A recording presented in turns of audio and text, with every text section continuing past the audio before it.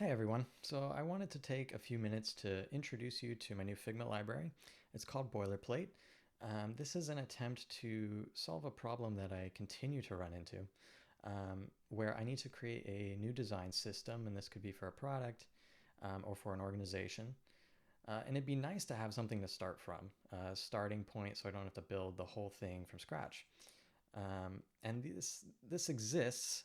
So what I'll usually do is I'll go look for some existing design system on the Figma community, or maybe some design system that I've built in the past for some project, and sort of use one of those as a starting point. But for both of these cases, whatever decisions were made for that particular system doesn't always work for the new system that I need to build now. Or there's just a lot of stuff in it that I don't need, just like components that are unnecessary or variants, lots and lots of variants that I'm not going to use. So I end up tearing the thing apart, or I might just look at it and be like, oh wow, that's a lot, and not even bother and just start from scratch anyway. Um, so what I found would be really helpful for me is just a very simple starting point that isn't totally fleshed out. So instead of spending time breaking some existing system or starting from scratch and rebuilding the exact same components that I have to build every single time, I can take these simple components and build on top of them. And so that's what I'm attempting to do with Boilerplate. So there's a number of components here. They're all listed out here as pages in your sidebar. There's a bunch of them. There's alerts, there's avatars. I've got some more complex ones like cards and modals and forms and stuff. Um, but let's just take a look at button. This is just a pretty stock component. So as you can see, there's not a whole lot of variance here. Even in some of these ones I showed, like alert, it's just one. There aren't even variants at all. For avatar, there's just a few. Button, there's certainly a lot more. But when I look at this, I don't get totally overwhelmed like I might get in some other systems that have really lots and lots of buttons, and most of them I might not use. So here, I'll just go over it real quick, although I imagine it's self-explanatory. We've got three different styles of buttons here. We've got a text button and an icon button variant. And then going down here are the different states. So we have default, hover, active, and disabled. Another thing that I'm doing here is I don't have any hidden layers. You'll not find any hidden layers in Boilerplate. If you do, let me know, because it probably shouldn't be there. And that is just to kind of make it very clear what you get. If I'm looking at the screen, I know everything I'm seeing is exactly what there is. There's nothing hiding away. Typically this would be something like, let's say I might have a button system, or a button component that has an icon along with the text, and the icon is hidden by default, and you have some Boolean property that you can use to hide and show that icon. That kind of stuff is pretty typical, but I might not know it's there just by looking at it. And so I've elected not to include anything like that. If you want to include Boolean properties that hide and show stuff, of course, that's up to you. The intention here is that you sort of take this and build it up to what you want it to be. So no hidden layers. I'm using auto layout in most of them, if not all of the components here.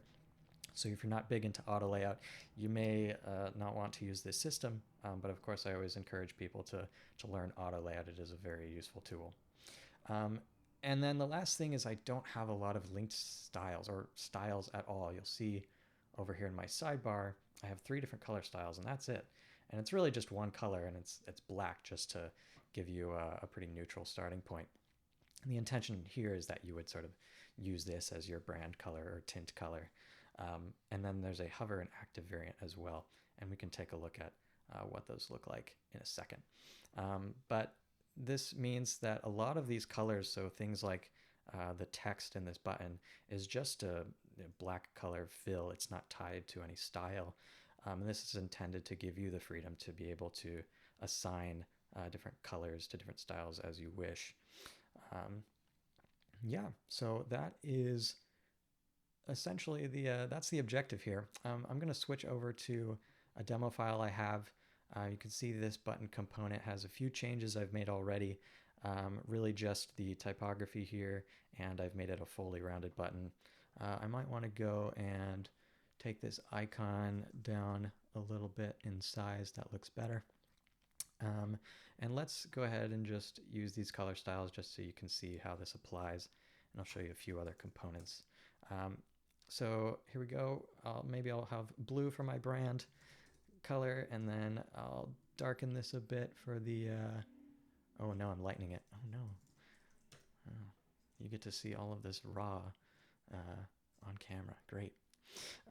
Let's see. All right, now we've got our active color. Let's make that blue and make that one even darker than the last one. And so now you can see here we have this button style that is blue now, and it has these different variants for their different states that are now different colors.